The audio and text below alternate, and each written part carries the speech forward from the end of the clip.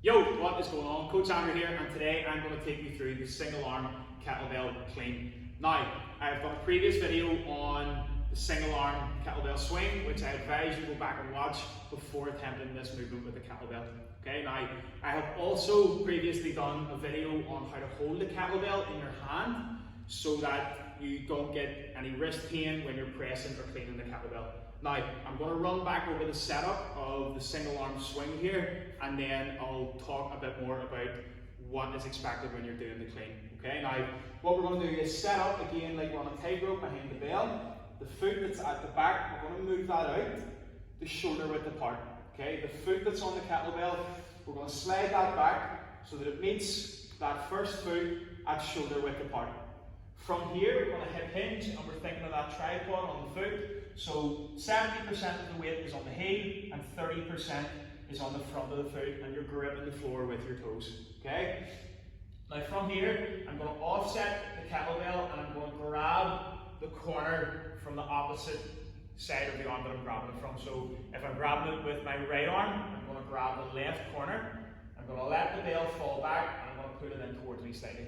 Okay, so from here, I'm just letting the weight of the bell fall back. I'm not pulling it in towards me.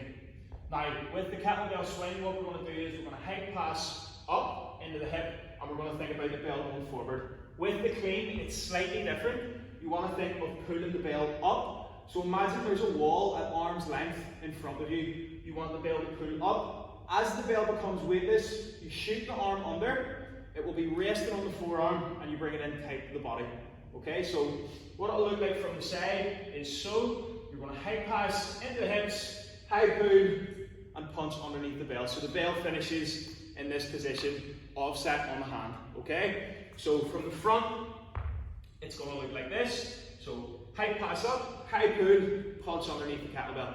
Now what you don't want to see, and what is most common when you're doing this movement, is a lot of people will do a single arm swing, pull back, and then it will jolt off the shoulder. Okay? If you're doing that, you're going too far out, and you're thinking more of a kettlebell swing than a kettlebell high pull. So from the floor again, you're thinking hike into the hips. From here, the bell's going up the body, punch underneath the bell, and it lands nice and flush on the shoulder in that position. Okay? So offset from the thumb.